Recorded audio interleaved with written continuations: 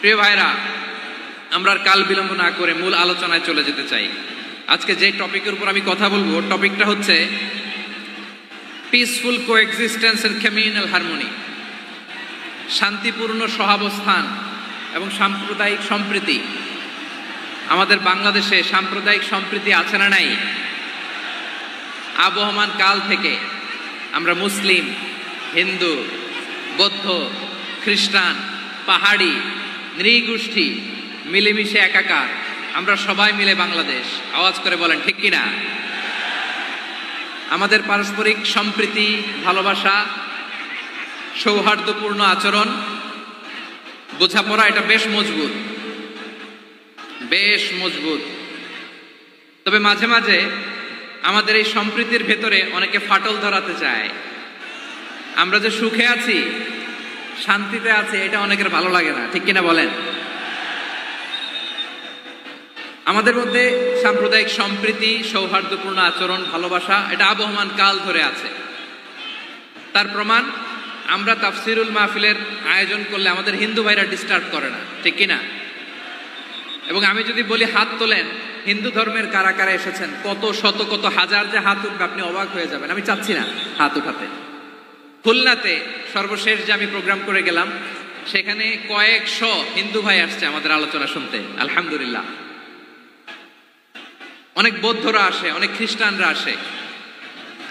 এবার সফরেও অনেক হিন্দু ভাইরা আমার সাথে দেখা করেছে। তারা বলেছে, হুজুর আমরা আপনার আলোচনা শুনি, আলহামদুলিল্লাহ বলেন। So it's our responsibility to present our religion to our non-Muslim brothers and sisters. আমাদের অমুসলিম ভাই বোনদের কাছে ইসলামের সৌন্দর্য তুলে ধরা, এটা আমাদের দায়িত্ব। We all are the ambassador of Islam. আমরা প্রত্যেকে দায়িত্বশীল, আমরা প্রত্যেকে এক একজন ইসলামের অ্যাম্বাসেডর, আলহামদুলিল্লাহ বলেন। এজন্য এমন ভাবে দ্য বিউটি অফ ইসলাম, ইসলামের সৌন্দর্য আমাদেরকে ফুটিয়ে তুলতে হবে, যাতে করে নন মুসলিমরা শাহাদা পড়ে, কালিমা পড়ে মুসলমান হয়ে যায়। অনেক নন মুসলিম ভাই বোন আমাদের হাতে শাহাদা পড়ে, কালিমা পড়ে মুসলমান হয়েছে, অনেক। সো আমরা যেন ইসলামের বিউটিটাকে তুলে ধরতে পারি এবং এই যে সম্প্রীতি, এটাকে যেন আমরা অটুট রাখতে পারি। আদতে আদতে বাংলাদেশের ইতিহাস বলে আমাদের দেশে কোনো দাঙ্গা নাই, আছে? লালমনিরহাটের ভাইয়েরা আওয়াজ করে বলেন, আমাদের দেশে হিন্দু মুসলিম দাঙ্গা আছে? আমরা ভাই ভাই, আওয়াজ করে বলুন তো, আমরা কি ভাই ভাই? কিন্তু কিছু দুষ্ট লোক আছে, তারা আমাদের সম্পর্কের মধ্যে ফাটল ধরাতে চায়, ঠিক কিনা বলেন? মাঝে মাঝে ঝগড়া লাগাতে চায়। দেখবেন পত্রপত্রিকায় দেখা যায় বিভিন্ন ধর্মীয় উপাসনালয়গুলোতে হামলা চালানো হয়। এগুলো রাজনৈতিক উদ্দেশ্য প্রণোদিত, এগুলোর সাথে ইসলামের কোনো সম্পর্ক নাই। এজন্য এই দুর্বৃত্তদের ব্যাপারে আমাদের সাবধান থাকতে হবে। আমরা সবসময় যেমনি ঐক্যবদ্ধ, ইউনাইটেড, আমরা যদি এরকম ইউনাইটেড থাকি, এই সমস্ত দুর্বৃত্তদের কালো হাত ভেঙে দিতে আমাদের 1 ঘন্টাও লাগবে না। চিল্লায় বলো ঠিক কিনা? আমরা সংঘবদ্ধ থাকবো। এই যে আমাদের পিসফুল কোএক্সিস্টেন্স, শান্তিপূর্ণ সহাবস্থান। হিন্দুরা পূজা করে, যেদিন হিন্দুদের পূজা অনুষ্ঠান, আমরা ওই দিন তাফসির মাহফিল করি না, ঠিক কিনা বলেন? যেদিন আমাদের তাফসিরুল কোরআনের প্রোগ্রাম, ওই দিন আমাদের হিন্দু ভাইরা ডিস্টার্ব করে না, সুবহানাল্লাহ। হিন্দুদের পূজা অনুষ্ঠানে মাদ্রাসার ছাত্র যে পাহারা দেয়, গোটা বিশ্বে এরকম দৃষ্টান্ত, নজির বিরল, ঠিক কিনা বলেন? আইন শৃঙ্খলা বাহিনীর পাশাপাশি মাদ্রাসার ছাত্ররা যে সেখানে পাহারা দেয়, গোটা পৃথিবীতে এই দৃষ্টান্ত আপনি পাবেন। মাদ্রাসার ছাত্ররা, তারা তো কোরআনের ধারক, তারা হাদিসের ধারক, তারা কেন মন্দির পাহারা দিবে? এই সম্প্রীতিকে ধরে রাখার জন্য, এই সৌহার্দ্যকে ধরে রাখার জন্য, আমাদের পারস্পরিক ভালোবাসাকে অটুট রাখার জন্য। আওয়াজ করে বলতে হবে ঠিক কিনা? এখন বলেন, আমাদের এই ভালোবাসা অটুট থাক, আমরা চাই কি চাই না? আমরা হিন্দু মুসলিম মিলেমিশে শান্তিপূর্ণ সহাবস্থান, সাম্প্রদায়িক সম্প্রীতি। লালমনিরহাটের ভাইয়ের আওয়াজ করে বলুন, এই সাম্প্রদায়িক সম্প্রীতি আমরা চাই কি চাই না? আল্লাহ এই দেশকে তুমি বরকতময় করো, বাংলাদেশকে তুমি শান্তিময় করো। আওয়াজ করে সবাই বলেন আমিন। এই জায়গাটাতে সামান্য একটু আওয়াজ হচ্ছিল, এটাও থেমে গেছে, আলহামদুলিল্লাহ আলহামদুলিল্লাহ। এখন একেবারে everything is in my control, মাশাআল্লাহ। ঠিক আছে, আমি মূল আলোচনায় যাই। প্রিয় ভাইরা, আমি বলেছিলাম আমার আলোচনার বিষয় হচ্ছে শান্তিপূর্ণ সহাবস্থান, সাম্প্রদায়িক সম্প্রীতি। আমরা দেখব ইসলাম আমাদেরকে কি কি দিক নির্দেশনা দেয়। শান্ত হইতে হবে, খরগোশের কানের মতো কান দুটো আমার দিকে করে রাখেন। আমি এখনো উঠে যাব, হাত নাড়ায় লাভ নাই, আমি উঠে যাব। তাকায় থাকো আর কান খাড়া, আওয়াজ হবে না। হ্যাঁ, মাশাআল্লাহ মাশাআল্লাহ, ঠিক আছে। আমরা দেখব যে রাসূল সাল্লাল্লাহু আলাইহি ওয়াসাল্লাম এই পিসফুল কোএক্সিস্টেন্সের জন্য আমাদের কি শিখিয়েছেন, কি কি গাইডলাইন দিয়েছেন। আমরা 1, 2, 3, 4 করে এগুলো আপনাদের সাথে শেয়ার করব। আমি আপনাদের খেদমতে সূরাতুল আনআমের 108 নম্বর আয়াত তেলাওয়াত করেছি। এখানে আল্লাহ রাব্বুল ইজ্জা ওয়াল জালাল তিনি ইরশাদ করছেন, ওয়ালা তাসুব্বুল্লাযীনা ইয়াদউনা মিন দুনিল্লাহি ফায়াসুব্বুল্লাহা আদওয়ান বিগাইরি ইলম কাযালিকা যায়্যান্না লিকুল্লি উম্মাতিন আমালাহুম থুম্মা ইলা রাব্বিহিম মারজিউহুম ফায়ুনাব্বিউহুম বিমা কানু ইয়ামালুন। রব্বুল আলামিন বলেন, গোলাম ও আমার ইমানদার বান্দারা শোনো শোনো, ও আমার বিশ্বাসী বান্দারা শোনো শোনো, লা তাসুব্বুল্লাযীনা ইয়াদউনা মিন দুনিল্লাহ ফায়াসুব্বুল্লাহা আদওয়ান বিগাইরি ইলম।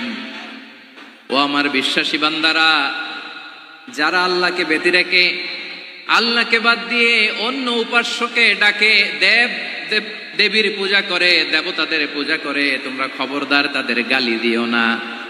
আওয়াজ করে বলেন, কি দিও না? আল্লাহ বলেন, ও বিশ্বাসীরা শোনো, যারা আল্লাহকে বেছে রেখে দেব দেবীর পূজা করে, অন্য উপাস্যের পূজা করে, তাদেরকে ডাকে, ওই দেবতাদেরকে তোমরা গালি দিও না। যদি ওই দেবতাদেরকে গালি দাও তাহলে ভুলবশত, শত্রুতাবশত তারা তোমাদের রব আল্লাহকে গালি দেবে, ঠিক কিনা? তোমরা যদি তাদের দেবতাদের গালি দাও, ওরা রেগে তোমার আল্লাহরে গালি দিবে, তাহলে আল্লাহরে গালি খাওয়ানোর কারণ হয়ে গেলাম আমি, ঠিক কিনা বলেন? আল্লাহ ছাড়া যারা অন্যান্য উপাস্যদেরকে ডাকে, দেবতাদেরকে ডাকে, তাদেরকে তোমরা গালি দিও না। ওই সমস্ত দেবতাদেরকে যদি তোমরা গালি দাও তাহলে তারা আল্লাহকে গালি দিবে, ঠিক কিনা বলেন?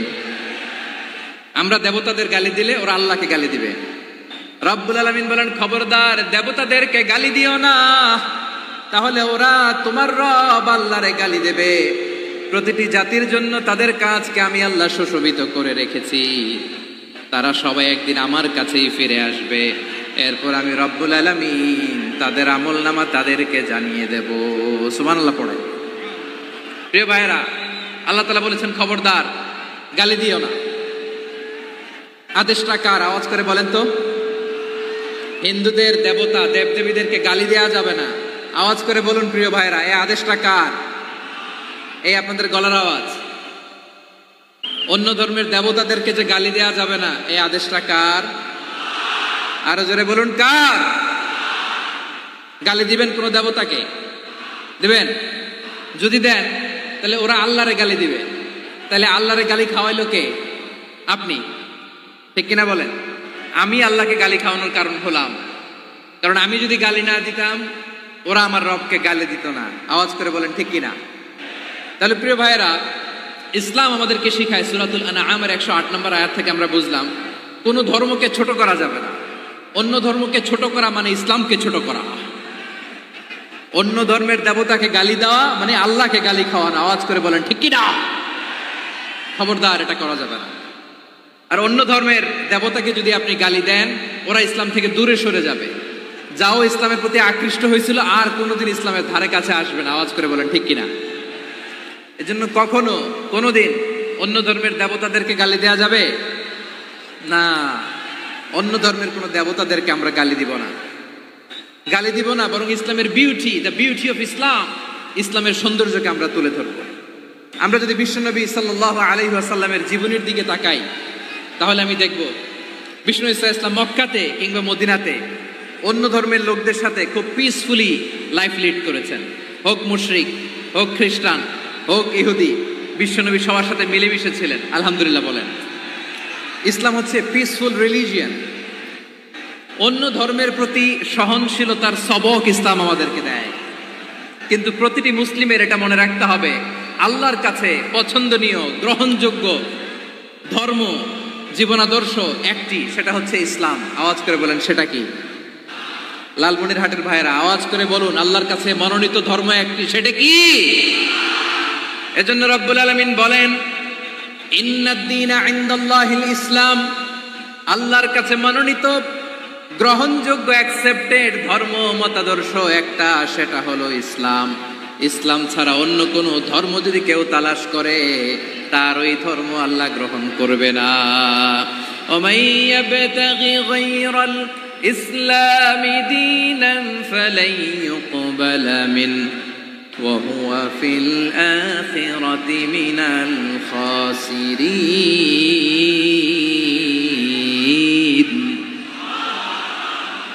Whoever seek anything except Islam, that won't be accepted from him, and he will be loser in the day of judgment. কিয়ামতের দিন ইসলাম ছাড়া কেউ যদি অন্য কোনো ধর্ম তালাশ করেছে দুনিয়াতে, তার এই মতাদর্শ গ্রহণ করা হবে না। and he will be loser, সে হবে লুজার, ক্ষতিগ্রস্ত। হাই হাই কোম্পানির ম্যানেজার, ওর আমও শেষ, সালাও শেষ। আওয়াজ করে বলেন ঠিক কি না? এজন্য ইসলাম পেয়ে আমরা খুশি না বেজার? প্রত্যেক নামাজ শেষে আমরা আল্লাহরে বলি, আল্লাহ রাদিতু বিল্লাহি রাব্বা ওয়া বিল ইসলামি দীনা ওয়া বি মুহাম্মাদিন নাবিয়ান ওয়া রাসূলা। ও আল্লাহ, তোমারে রব হিসেবে পেয়ে আমরা খুশি। ও আল্লাহ, ইসলামকে ধর্ম হিসেবে পেয়ে আমরা খুশি। বিশ্বনবীকে আমাদের রাসূল পেয়ে আমরা খুশি। ঠিক কিনা বলেন? ইসলাম ছাড়া অন্য কোনো ধর্ম আমরা গ্রহণ করব না। ঠিক কিনা বলেন? আল্লাহর কাছে অ্যাকসেপ্টেড রিলিজিয়ন একটা, সেটা ইসলাম। তো বিশ্বনবী সাল্লাল্লাহু আলাইহি ওয়াসাল্লাম মক্কাতে কিংবা মদিনাতে খুব পিসফুলি এক্সিস্ট করেছেন, যে কোনো ধর্মের সাথে মিলেমিশে চলেছেন। তার প্রমাণ আমরা যদি রাসূল সাল্লাল্লাহু আলাইহি ওয়াসাল্লামের বায়োগ্রাফির দিকে তাকাই, তাহলে দেখব তিনি মুশরিকদের সাথে পিস ট্রিটি করেছেন, শান্তি চুক্তি, পিস ট্রিটি, পিস এগ্রিমেন্ট। আপনারা হুদাইবিয়ার সন্ধির নাম শুনেছেন? আমার লালমনিরহাটের কলিজার টুকরা ভাইয়েরা, হুদাইবিয়ার সন্ধির নাম আপনারা শোনেন নাই? 6ষ্ঠ হিজরিতে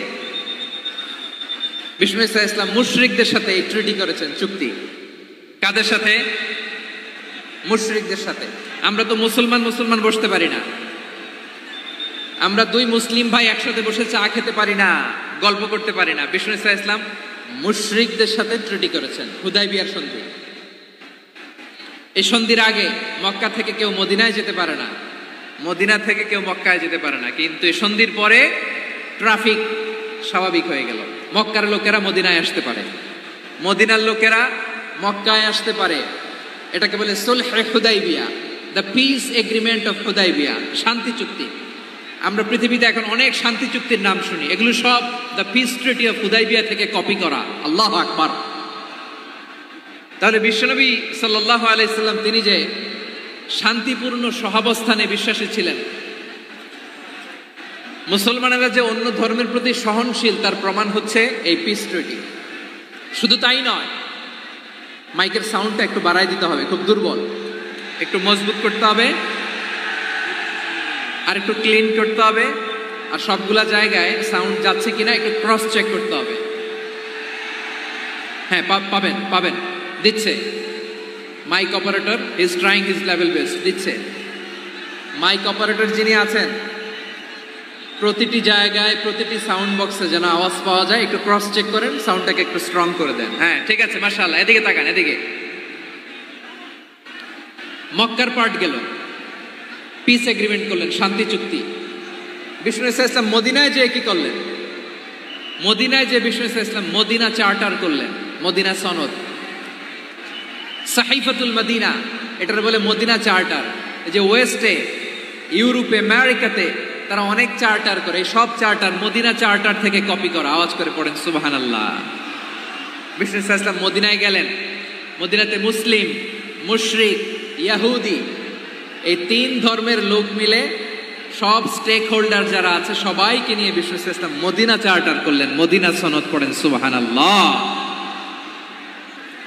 শুধু তাই নয়, মক্কাতে বিশ্বনবী পিস এগ্রিমেন্ট করলেন, শান্তি চুক্তি মুশরিকদের সাথে। মদিনাতে যে বিশ্বনবী মদিনা চার্টার করলেন, মদিনা সনদ করলেন ইহুদিদের সাথে।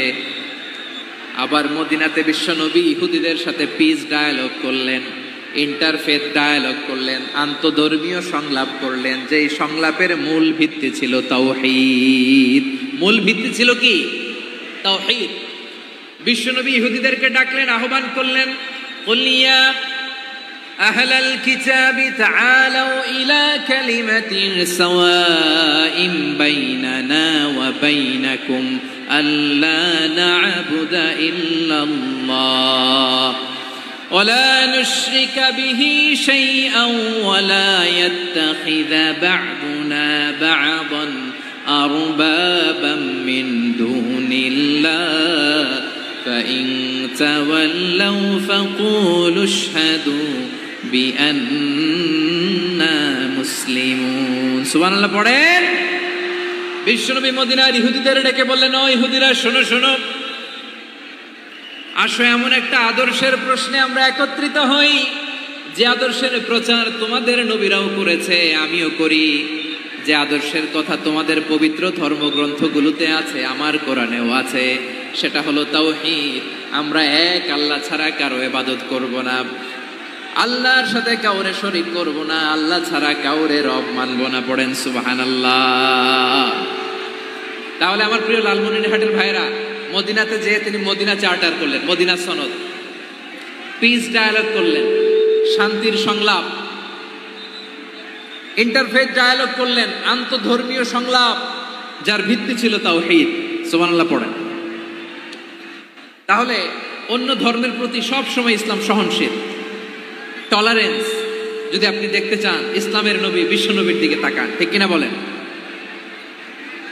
আমরা তো সংখ্যালঘুদের রাইটস প্রোটেক্ট করার জন্য কত আইন বানাই, কত বৈঠক করি, কত সংবাদ সম্মেলন করি। বিশ্বনবী সাল্লাল্লাহু আলাইহি ওয়াসাল্লাম সংখ্যালঘুদের রাইটসের ব্যাপারে, অধিকারের ব্যাপারে যে কথা বলেছেন, শুনলে আপনি অবাক হয়ে যাবেন। বিশ্বনবী বলেন, আলা মান যালামা মুআহাদান আও ইনতাকাসাহু আও কাল্লাফাহু ফাওকা তাআতিহি আও কাল্লাফাহু ফাওকা তাকাতিহি আও আখাযা মিনহু শাইআন বিগাইরি তিবি নাফসিন ওয়া আনা হাজিজুহু ইয়াউমাল কিয়ামা। খবরদার, জেনে রাখো, কেউ যদি কোনো সংখ্যালঘুর উপরে অত্যাচার করে, কোনো সংখ্যালঘুর প্রাপ্য থেকে যদি কেউ কাউকে ঠকায়, সংখ্যালঘুর উপর যদি কেউ কষ্ট দেয়, কোনো সংখ্যালঘুর সম্পদ যদি কেউ জোর করে কেড়ে নেয়, আমি কিয়ামতের দিন বিশ্বনবী ওই সংখ্যালঘুর পক্ষে আর ওই মুসলমানদের বিপক্ষে বাদী হয়ে দাঁড়াবো। সুবহানাল্লাহ বলতে পারলেন না? আল্লাহু আকবার। আপনি নামাজি, আপনি মুসল্লি, আপনি হাজী সাহেব, তাহাজ্জুদ পড়তে পড়তে কপালে দাগ ফেলে দিছেন, আপনার প্রতিবেশী হিন্দু, ভাবছেন আমার তো পাওয়ার আছে, ওর জমিটা দখল করি। বিশ্বনবী বলেন, কিয়ামতের দিন ওই হিন্দুর পক্ষে তোর বিরুদ্ধে আমি বাদী হয়ে দাঁড়াবো। পৃথিবীর কোন ধর্মে এরকম স্টেটমেন্ট পাবেন? পাবেন? আপনি ভাবছেন আপনি নামাজ পড়লে হাজী সাহেব কপালে দাগ ফেলাই দিলে আপনি সালসালায়ে জান্নাতে চলে যাবেন না? খবরদার।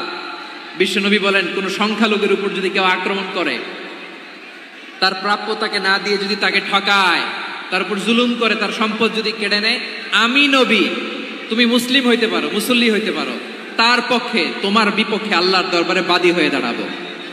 আচ্ছা লালমনিরহাটের ভাইরা, কথা বুঝতে পারলে আওয়াজ করে উত্তর দেন। বিশ্বনবী যদি কারো বিপক্ষে দাঁড়ায় কিয়ামতের দিন, আই রিপিট, আমি আবারও বলছি, বিশ্বনবী যদি কিয়ামতের দিন কারো বিপক্ষে দাঁড়ায়, ও তো সালসালায়ে জান্নাতি, তাই না? জান্নাতি না? যে নবীর সুপারিশ ছাড়া জান্নাতের গেটও দেখা যাবে না, ওই নবী যদি বলে তোর বিপক্ষে আমি বাদী হয়ে দাঁড়াবো, ওই জান্নাতে আর ঢোকার কোনো সুযোগ আমাদের থাকবে? এখানেই শেষ না আমার প্রিয় লালমনিরহাটের ভাইয়েরা, এখানেই শেষ নয়। বিশ্বনবী বলেন, মান কাতালা মুআহাদান, বুখারীর বর্ণনা, মান কাতালা মুআহাদান লাম ইয়ারাহ রাইহাতাল জান্নাহ।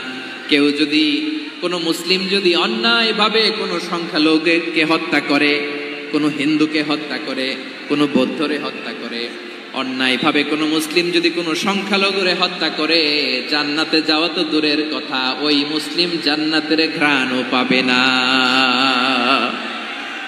সহিহ বুখারীর বর্ণনা, মান খাতালা মুআহাদান লাম ইয়ারাহ রাইহাতাল জান্নাহ ওয়া ইন্না রিহাহা লা ইউজাদু মিন মাসিরাতি 40 আমা। যে জান্নাতের ঘ্রাণ 40 বছর দূরের রাস্তা থেকেই পাওয়া যায়। সুবহানাল্লাহ পড়েন। প্রিয় ভাইরা, এখান থেকে জান্নাতে পৌঁছতে লাগবে 40 বছর। এত দূর, কত বছর? সবাই বলেন কত বছর? এখান থেকে জান্নাতে পৌঁছতে লাগবে 40 বছর। এত দূরে থাকতেই জান্নাতের ঘ্রাণ আপনার নাকে এসে ধাক্কা মারবে। বিষ্ণুই বলেন, যে ব্যক্তি কোন সংখ্যালঘুকে হত্যা করে, জান্নাতের ঘ্রাণ তো পাবেই, জান্নাতে তো ঢুকতে পারবেই না, জান্নাতের ঘ্রাণও তার নাকে লাগবে না। পড়েন নাউযু বিল্লাহ। তাহলে সংখ্যালঘুদের ব্যাপারে ইসলামে অধিকার দেয়া আছে না নাই? লালমনিরহাটের ভাইয়ের আওয়াজ করে বলেন, আমার সংখ্যালঘু হিন্দু ভাইদের রাইটস, অধিকার আমাদের ইসলামে প্রোটেক্টেড আছে না নাই? এখানেই শেষ না। বিষ্ণু ইসলাম আপনার অমুসলিম প্রতিবেশীর সাথে ভালো আচরণ করতে বলেছে। আমাদের হয় না এটা মুসলিম পাড়া, ওটা বৌদ্ধ পাড়া, হয় না? অনেক সময় হয় না এটা আমাদের মুসলিম পাড়া, ওইটা হিন্দু পাড়া, এরকম আছে না নাই? লালমনিরহাটে নাই না? আছে? হিন্দু যদি আপনার প্রতিবেশী হয় কি করবেন? ওরে কষ্ট দিবেন নাকি? কেন? ও তো হিন্দু, ও তো আমার আল্লাহরে ডাকে না, ওরে কষ্ট দিলে জায়েজ হবে না? খবরদার। বিষ্ণু ইসলাম বলেন, মান কানা ইউমিনু বিল্লাহ ওয়াল ইয়াউমিল আখির ফালিউকরিম জারাহ। যে আল্লাহ বিশ্বাস করে আর আখিরাতে বিশ্বাস করে, সেজন্য প্রতিবেশীর সাথে ভালো আচরণ করে। সুবহানাল্লাহ। কলিজা জুড়ায় যায় না আমার নবীর কথাগুলো শুনলে? যে আল্লাহ বিশ্বাস করে, যে আখিরাতে বিশ্বাস করে, সেজন্য প্রতিবেশীর সাথে ভালো আচরণ করে। এখানে বলছে মুসলিম প্রতিবেশী বলছে, নামাজি প্রতিবেশী বলছে, আল্লাহওয়ালা প্রতিবেশী বলছে না। প্রতিবেশী আস্তিক হোক নাস্তিক হোক, প্রতিবেশী মুমিন হোক মুশরিক হোক, প্রতিবেশী হইলেই তার সাথে ভালো আচরণের দরকার আছে না নাই? আমার প্রিয় লালমনিরহাটের ভাইয়েরা, বিষ্ণু ইসলাম ওনার ইহুদি প্রতিবেশীদের দেখাশোনা করতেন। বিষ্ণু ইসলাম ওনার ইহুদি প্রতিবেশীর বাসায় যেতেন। কোন প্রতিবেশী? ইহুদি। আওয়াজ করে বলেন, কোন প্রতিবেশী? ইহুদি। এক ইহুদি কিশোর বিষ্ণু ইসলামের খেদমত করতে, ইহুদি ছেলে আমার নবীর খেদমত করতো। তারা ছিল নবীর প্রতিবেশী। তো অনেকদিন হয় ইহুদি ছেলেটা আসে না। বিষ্ণুনবী খোঁজ দিলেন, ঘটনা কি? একটা ইহুদি ছেলে না আমার খেদমতে আসতো, ছেলেটা কই? খোঁজ নিয়ে জানলেন ছেলেটা অসুস্থ। বিষ্ণু ইসলাম ওই ইহুদির বাড়িতে চলে গেলেন ওই ছেলেটাকে দেখা করার জন্য, ভিজিট করার জন্য। সুবহানাল্লাহ পড়বেন না? গেলেন, যে দেখে ইহুদি ছেলেটা মুমূর্ষ, জান যায় যায় ভাব, বিছানায় পড়ে আছে, তার বাবা দাঁড়ানো। বিশ্বনবী তার মাথার পাশে বসলেন, মাথায় হাত বুলিয়ে দিলেন, আর ছেলেটাকে বললেন, আসলিম, হে ইহুদি ছেলে, আসলিম, ইসলাম ধর্ম গ্রহণ করো। তো ছোট্ট ছেলে ভাবে আমরা ইহুদি, এখন ইসলাম ধর্ম গ্রহণ করলে আব্বা যদি বকা দেয়। ফানাযারা ইলা ওয়াজহি আবি, ছেলেটা তার বাবার চেহারার দিকে তাকালো, দেখি আব্বা কি কয়। আব্বা যদি বলে তাইলে ইসলাম ধর্ম গ্রহণ করবে। ইহুদি ছেলেটা তার বাবার দিকে যখন তাকালো, ওর বাবা বলে, আতি আবুল কাসিম, আবুল কাসিম যা বলে তাই করো। আবুল কাসিম হচ্ছে বিষ্ণু ইসলামের একটা কুনিয়াত, উপনাম। আমার রাসূলের বড় ছেলের নাম ছিল কাসেম। যেমন দেখবেন আমাদের এলাকায় কারো ছেলের বড় ছেলের নাম যদি হয় আব্দুল্লাহ, এরা আব্দুল্লাহর বাপ বলে ডাকে। কারো বড় মেয়ের নাম যদি হয় ফাতেমা, এরা কি ডাকে? ফাতেমার বাপ বলে না? তো বিষ্ণু ইসলামের বড় ছেলের নাম ছিল কাসেম। ইহুদি বাবা বলল, আতি আবুল কাসেম, আবুল কাসেম যা বলে তাই শোনো, মানে মোহাম্মদ যা বলে তাই শোনো। এই কথা শুনে ছেলে সাহস পাইছে। ছেলে আবার পড়তে আরম্ভ করলো, আশহাদু আল্লাহ ইলাহা ইল্লাল্লাহ ওয়া আশহাদু আন্না মুহাম্মাদার রাসূলুল্লাহ। পড়েন আল্লাহু আকবার। বিশ্বনবীর আহ্বান শুনে ওই আহ্বানে সাড়া দিয়ে ইহুদি ছেলে শাহাদা পড়ে মুসলমান হয়ে গেল। তার হৃদয়টারে ঈমানের নূর দিয়ে আলোকিত করে দিল কে? প্রিয় ভাইরা, এবার রাসূল সাল্লাল্লাহু আলাইহি ওয়াসাল্লাম বের হয়ে আসলেন ঘর থেকে, আর বললেন, আলহামদুলিল্লাহিল্লাযী আনকাযাহু মিনান নার। প্রশংসা সে আল্লাহর, যে আল্লাহ জাহান্নামে চলে যাচ্ছিল প্রায়, এমন একটা লোককে মুহূর্তের মধ্যে কালেমায়ে শাহাদাতের বদৌলতে জান্নাতি বানায় দিলেন। আওয়াজ করে পড়েন সুবহানাল্লাহ। এই হাদিস থেকে আমরা কি শিখলাম? What is the moral of the story? এক নম্বর স্টোরি হলো, প্রতিবেশী ইহুদি হোক হিন্দু হোক, যাবেন, সুসম্পর্ক রাখবেন, উপহার দিবেন, বিপদে পাশে দাঁড়াবেন, তাইলেই তো আপনাদের প্রতি, মুসলমানদের প্রতি তারা আকৃষ্ট হবে, ঠিক কিনা বলেন? আপনি যদি হিন্দুদের সাথে বৌদ্ধদের সাথে নাই মিশেন, নাস্তিকের কাছে নাই যান, তো ইসলামের সৌন্দর্যটা ওরা বুঝবে কেমনে? আমার অনেক হিন্দু পরিচিত ভাই আছে, ওরা আমাদের ইফতারির প্রোগ্রামে এসে একসাথে ইফতারি করে। অনেক মদখোর আমার সাথে বসে একসাথে ডিনার করে, হাফ প্যান্ট পরা, গলায় স্বর্ণের চেইন, হাতে স্বর্ণের ব্রেসলেট, আইসা আমার সাথে ডিনার করছে, আছে এরকম। গাঁজাখোর, আমি বলে আসো, welcome welcome to my dinner, আসো বসো, বসলেই তো আমি ওর ডিএনএ, চিন্তার ডিএনএ চেঞ্জ করে দেওয়ার সুযোগ পাবো। চিল্লায় বলো ঠিক কিনা? আসতে হবে আমার কাছে। Our door is open, the door of Islam is open 24/7। সব সময় আমাদের ইসলামের দরজা আমার অমুসলিম ভাইদের জন্য খোলা আছে না নাই? এই হাদিস থেকে দুইটা শিক্ষা। এক নম্বর শিক্ষা, প্রতিবেশী মুসলিম হোক অমুসলিম হোক, যান, অসুস্থ হইলে একটু আপেল নিয়ে যান, আঙ্গুর নিয়ে যান, কমলা নিয়ে যান, তাদের সাথে ভালো আচরণ করেন। ইসলামের বিউটি দেখে, সৌন্দর্য দেখে অবাক হবে, নসিব ভালো হলে কোনোদিন কালিমা পড়ে মুসলমান হয়ে যাবে, ঠিক কিনা বলেন? তাহলে অমুসলিমের সাথে ভালো সম্পর্ক। বিশ্বনবী ইহুদির বাড়িতে গেলেন, ইহুদির বাড়ি, আর আমার মুসলমান ভাই আমার কাফের বলে, এরকম আছে না নাই? মুসলিম মুসলিমরা দেখতে পারে না, সহ্য করতে পারে। বিশ্বনবী সাল্লাল্লাহু আলাইহি ওয়াসাল্লাম ইহুদির বাড়িতে গেলেন, এটা একটা শিক্ষা। এই হাদিস থেকে আমাদের শিক্ষা হলো, আমার প্রতিবেশী যেই ধর্মের হোক আমি সম্পর্ক রাখবো। অসুস্থ হলে যাব, কি বলেন ভাইরা? যাবেন না? যাবেন না আপনারা? আচ্ছা, দুই নম্বর শিক্ষা হলো, বিষ্ণু ইসা ইসলামের খাদেম ছিল ইহুদি, এতদিন খেদমত করলো, একদিনও বিশ্বনবী ওরে কালিমার দাওয়াত দেয় নাই। কারণ কি? বিশ্বনবী একটা ভালো সময়ের অপেক্ষা করতেছিলেন, প্রপার টাইমিং। দাঈর কাজ হচ্ছে দাঈ ইলাল্লাহ, সে হচ্ছে সুযোগ সন্ধানী। দাঈ সুযোগ খোঁজে, কখন দাওয়া দিলে ব্যাটে বলে হবে, ঝুপ বুঝে কোপ মারে, ঠিক কিনা বলেন? বিষ্ণু ইসলাম ভালো সময়ের অপেক্ষা করতেছিলেন, দেখি ভালো সময় আসুক আসুক আসুক আসুক। আস্তে আস্তে এমন সময় আসছে, ছেলে এবার মুমূর্ষ, অসুস্থ ব্যক্তির হৃদয় অত্যন্ত নরম থাকে।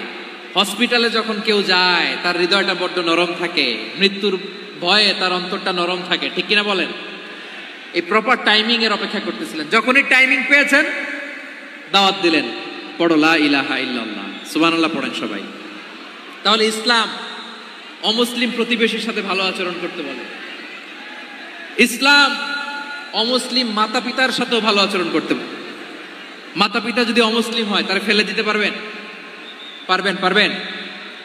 আমার লালমনিরহাটের ভাইয়েরা, অনেক হিন্দু ছেলে আমাদের হাতে শাহাদা পড়ে মুসলিম হয়, কিন্তু ওর মা মুসলমান হয় নাই, বাবাও হয় নাই, এরকম আছে না নাই? তো ও হয়েছে মুসলিম, মা বাপ হিন্দু, এখন মা বাপ কি বাদ?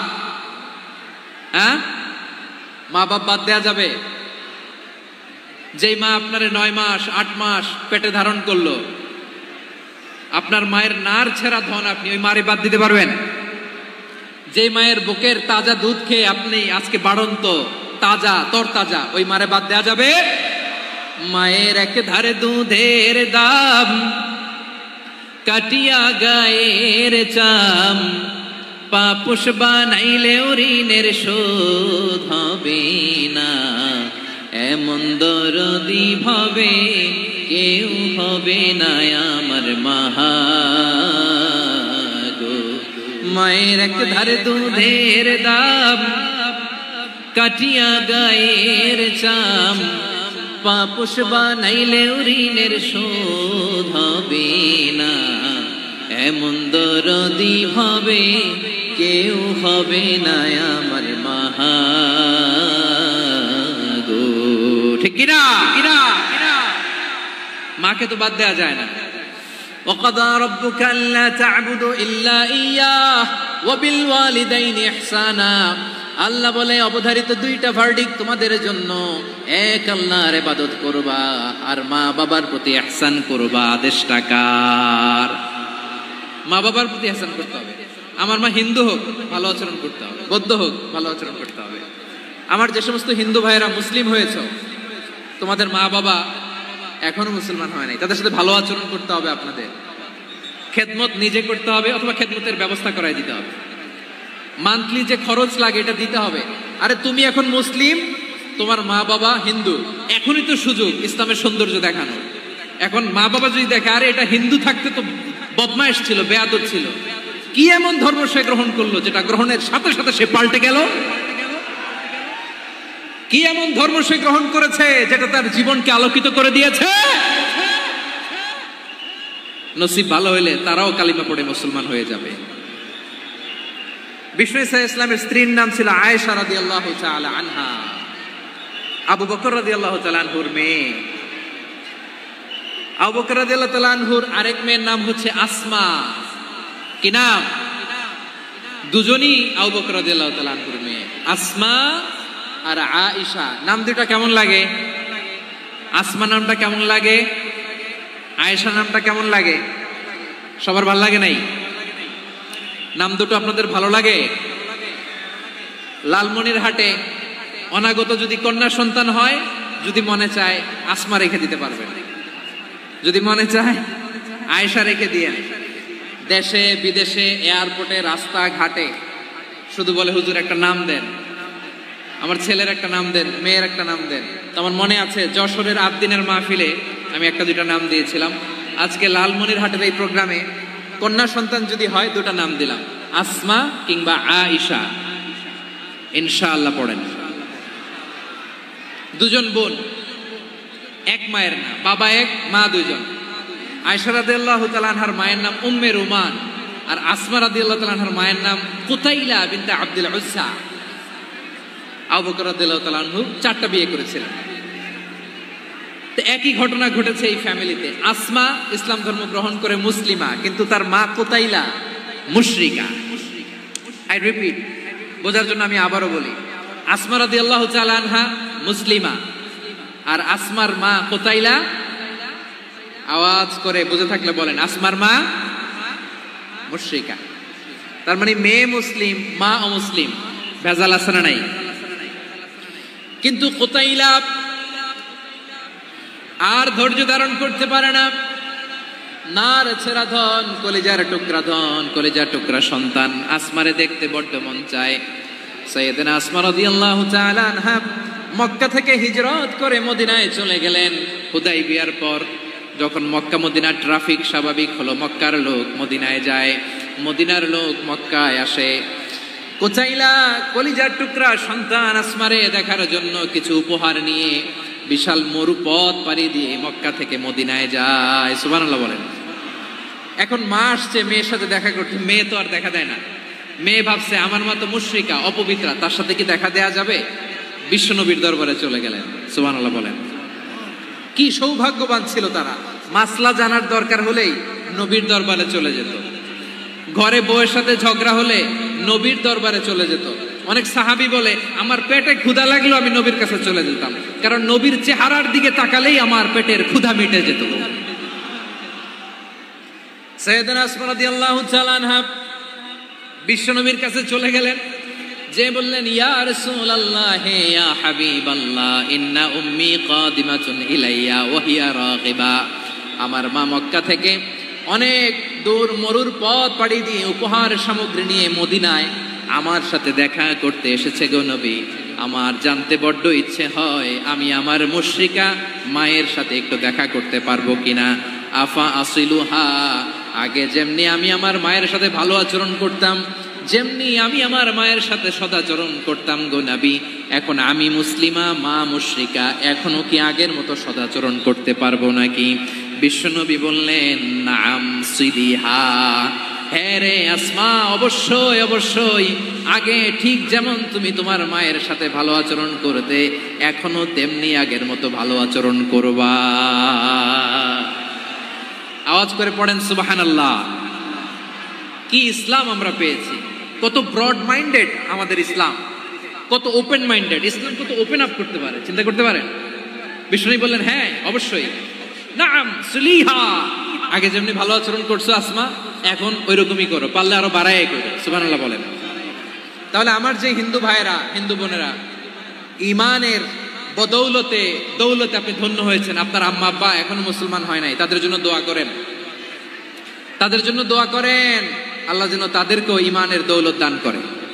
আমরা সবাই পড়ি আমিন, আরো জোরে পড়েন আমিন। এখন বলেন, ইসলাম কি ন্যারো মাইন্ডেড রিলিজিয়ান না ব্রড মাইন্ডেড? লালমনিরহাটের যুবক ভাইরা আওয়াজ করো, ইসলাম কি ন্যারো মাইন্ডেড না ব্রড মাইন্ডেড? কতটা ব্রড মাইন্ডেড দেখেন, বিশ্বনবী সাল্লাল্লাহু আলাইহি সাল্লাম অমুসলিমরা যদি নবীকে উপহার দিত, ওই উপহারও বিশ্বনবী গ্রহণ করতেন। সুবহানাল্লাহ পড়েন। আপনার অমুসলিম বন্ধু যদি উপহার দেয়, সেটাও আপনি নিতে পারবেন, যেটা নেওয়া যায়। কিন্তু আপনার বন্ধু যদি আপনার মদের বোতল দেয়, নিতে পারবেন? হ্যাঁ, মদের বোতল দিলে পারবেন। আপনার বন্ধু যদি আপনার পর্ক দেয়, পর্ক শুকরের গোশত মিশ্রিত কোনো খাবার, ওটা নিতে পারবেন না। হালাল যে কোনো জিনিস নিতে পারবেন। বিশ্বনবী সাল্লাল্লাহু আলাইহি ওয়াসাল্লাম অমুসলিমদের দেয়া হাদিয়া গ্রহণ করতেন। কেমন নবী ছিলেন? আমার নবীরে চিনে নেন, আমার নবীর অ্যাটিটিউড জেনে নেন। বিশ্বনবী সাল্লাল্লাহু আলাইহি ওয়াসাল্লাম যখন কোনো জনপদে যেতেন, 3টা অপশন নিয়ে যেতেন। প্রিয় ভাইয়ের আওয়াজ করে বলতে হবে, কোন জনপদে গেলে আমার নবীর অপশন থাকতো কয়টা? আমার মতো 3 আঙ্গুল উঁচু করে দেখান আর বলুন, আমার নবী কোন জনপদে গেলে কয়টা অপশন নিয়ে যেতেন? 1 নাম্বার অপশন আসলিম তাসলাম। নতুন এলাকায় গেলে বলতেন আসলিম তাসলাম, ইসলাম ধর্ম গ্রহণ করো, শান্তিতে থাকবা, আমার ভাই হয়ে যাবে, আমরা ভাই ভাই। ইসলাম মানো, আমরা ভাই ভাই। অপশন নাম্বার কত? 1। যদি বলে না ইসলাম মানবো না, ওকে, অপশন নাম্বার 2, মুসলিম হওয়ার দরকার নাই, লা ইকরাহা ফিদ্দিন, ইসলামে কোনো বাড়াবাড়ি নাই। খ্রিস্টান আছো থাকো, বৌদ্ধ আছো থাকো, ইহুদি থাকতে চাও থাকো, কিন্তু আমরা যেহেতু রিজিওনাল সুপার পাওয়ার, আমাদের আন্ডারে থাকো, ট্যাক্স দিয়া থাকো, এটার বলে জিজিয়া। আলেম যারা আছেন বুঝবেন, এটার আরবিতে কি বলে?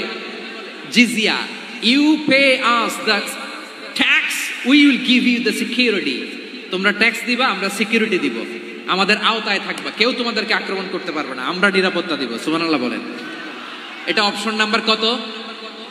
আচ্ছা, বুঝে থাকলে বলেন, 1 নাম্বার অপশন কি ছিল? ইসলাম। ইসলাম মানো, শান্তিতে থাকবা, ভাই ভাই, আমরা ভাই ভাই। অপশন নাম্বার 2, ট্যাক্স দাও, আমরা নিরাপত্তা দিব, মুসলিম হওয়া লাগবে না। এখন 1 নাম্বারও মানে না, 2 নাম্বারও মানে না, মুসলিম হবো না, ভালো, খ্রিস্টান থাকো, ট্যাক্স দাও, আমরা সিকিউরিটি দিব না, এটাও মানি না। বিষ্ণু বলেন, তাহলে তলোয়ার আমাদের আর তোমাদের মাঝে ফয়সালা করবে। মুসলিমও হবা না, ট্যাক্স দিবা, নিরাপত্তা দিব, আমরা সুপার পাওয়ার, আমাদের আন্ডারে থাকবে, এইটাও না। তাহলে তোমাদেরকে তো আমরা বিশ্বাস করতে পারি না, কখন না কখন বিশ্বাসঘাতকতা করো, কার সাথে মিলে হাত মিলাও, তলোয়ার আমাদের মাঝে ফয়সালা করবে। তখন তিনি জিহাদের সশস্ত্র সংগ্রামের ঘোষণা দিতেন। সুবহানাল্লাহ পড়েন। দেখেন, পশ্চিমারা জেহাদকে এইভাবে চিত্রায়িত করে না। ওরা জেহাদ বলতে বুঝায় তলোয়ার, হাত কাটো, গলা কাটো না। জেহাদ সশস্ত্র সংগ্রাম 3 নম্বরে। অধিকাংশ ক্ষেত্রেই বিশ্বনবীর সুন্দর আচরণ দেখে, আরে আমার নবীর যে নুরানি চেহারা, অনেকে তো কেবল সিরেফ চেহারাটা দেখেই কালিমা পড়ে মুসলমান হয়ে গিয়েছে। যারা মুসলিম হয় নাই, তারা তাদের ইসলামেই বলবৎ ছিল, ট্যাক্স দিয়ে ইসলামের আন্ডারে ছিল। যারা এটাও মানে নাই, ওইটাও মানে নাই, তাদের বিরুদ্ধে জেহাদ। বিষ্ণু ইসলাম 7ম হিজরিতে যখন খায়বার বিজয়ের পরে ইসলাম রিজিওনাল সুপার পাওয়ার হিসেবে আত্মপ্রকাশ করলো, বিশ্বনবী চিঠি লিখলেন অন্যান্য সুপার পাওয়ারের কাছে, রাষ্ট্রীয় চিঠি লেখে এক রাষ্ট্রপ্রধান আরেক রাষ্ট্রপ্রধানের কাছে। ঠিক কিনা বলেন? জানেন না আপনারা? এই যে 24-এর ছাত্র নাগরিক অভ্যুত্থানে, এই অভ্যুত্থান যখন শুরু হয়, আমি তখন সাউথ আফ্রিকাতে একটা স্ট্যাটাস দিয়েছিলাম, গোটা নয় গোটা দেশ সংস্কার করা লাগবে। শুধু বাংলাদেশ নয়, সারা বিশ্বের বাংলা ভাষাভাষী লোকেরা এই আন্দোলনের সাথে সমর্থন তারা করেছে, এটাকে সাপোর্ট করেছে, তারা সমর্থন দিয়েছে। আমাদের ইউনাইটেড আরব আমিরাতের বাংলাদেশি ভাইয়েরা, তারা সেখানে রাস্তায় নেমে এসেছিল, জানেন? ওইখানে ডেমনস্ট্রেশন করা যায় না, সেখানকার সরকার তাদেরকে যাবজ্জীবন দিয়েছিল। তখন আমাদের এই যে প্রধান উপদেষ্টা ডক্টর মোহাম্মদ ইউনূস সরাসরি G2G বলে, এটারে G2G, government to government, G2G, উনি চিঠি লিখলেন যে তাদেরকে, ইউর হাইনেস, হে সম্মানিত আমির, আপনি আমার এই চিঠির কারণে আমার সম্মানে এই 53 জন বাংলাদেশিকে মাফ করে দেন। এই চিঠির বদৌলতে বেকসুর খালাস পেয়ে গিয়েছিল আমাদের ভাইরা। জানেন না এই ঘটনা আপনারা? তাহলে গভর্নমেন্ট টু গভর্নমেন্ট চিঠি দেওয়া হয়। সপ্তম হিজরিতে বিষ্ণু ইসলাম সব সুপার পাওয়ারের কাছে চিঠি দিলেন, রোমান সম্রাটের কাছে, পারস্য অধিপতির কাছে, মিশরের অধিপতির কাছে, সবার কাছে চিঠি লিখলেন। চিঠির ভাষা ছিল এরকম, মিন মুহাম্মাদিন রাসূলিল্লাহ ইলা মুকাওকিস আযীমিল কিবত, মুহাম্মদ রাসূলুল্লাহর পক্ষ থেকে মিশরের বাদশার কাছে, আসলিম তাসলাম, ইসলাম মানো শান্তিতে থাকবা, সালামুন আলা মান ইত্তাবা আল হুদা, শান্তি তার জন্য যে হেদায়েতের অনুসরণ করে। সুবহানাল্লাহ পড়েন। তো এই চিঠি অনেকে ভালোভাবে রিসিভ করেছে। অনেকে এই চিঠি পাওয়ার পরে নবীর কাছে আবার ইন রিটার্ন উপহার পাঠিয়েছে। কি পাঠিয়েছে? উপহার। মিশরের বাদশা মুকাওকিস তিনি বিশ্বনবীকে বিশাল এক উপহারের ডালি পাঠিয়েছেন। মিশরের বাদশা মুকাওকিস ছিলেন ধর্মে খ্রিস্টান। লালমনিরহাটের ভাইয়েরা আওয়াজ করে বলেন, মিশরের বাদশা ধর্মে কি ছিল? খ্রিস্টান। কি উপহার দিয়েছিল আমার নবীকে? শুনতে মনে চায়? আওয়াজ নাই লালমনিরহাটের গলায়, শুনতে মনে চায়? 1000 স্বর্ণ মুদ্রা, 1000 স্বর্ণ মুদ্রা। 2টা খ্রিস্টান দাসী, একজনের নাম মারিয়া বিনতে শামউন আল কিবতিয়া, আরেকজনের নাম সিরিন বিনতে শামউন আল কিবতিয়া। একজন খ্রিস্টান দাস 20 থান কাপড় জামা বানানোর জন্য, আমরা নবী যেন সেলাই করে জামা বানাতে পারে এজন্য 20 থান কাপড়, 20 থান ফাইন গার্মেন্ট। সুবহানাল্লাহ বলবেন না? এরপরে একটা গাধা যেটার নাম ছিল উফাইর, আর একটা খচ্চর, এটার নাম ছিল দুলদুল। খচ্চর চিনেন? গাধা আর ঘোড়ার ক্রসিং এ যে প্রাণীটা দুনিয়াতে আসে ওটার খচ্চর বলে। তো এই যে সুপার পাওয়ার খ্রিস্টান বাদশার কাছে নবী চিঠি লিখলেন, ওই খ্রিস্টান বাদশা আমার নবীকে উপহার দিল। বিশ্বনবী এই উপহারগুলো সানন্দে গ্রহণ করেছে। সুবহানাল্লাহ পড়বেন না? তাহলে অমুসলিম কেউ যদি আপনাকে উপহার দেয়, হালাল উপহার হলে আপনি গ্রহণ করতে পারবেন। অনুরূপ ভাবে পারস্যের বাদশা, রোম সম্রাট বিশ্বনবীকে উপহার পাঠিয়েছেন। আমার নবী সবগুলো উপহার গিফট গ্রহণ করেছেন। সুবহানাল্লাহ বলেন। তাহলে প্রিয় লালমনিরহাট আওয়াজ করে বলুন, ইসলাম কি ন্যারো মাইন্ডেড রিলিজিয়ন না ব্রড মাইন্ডেড?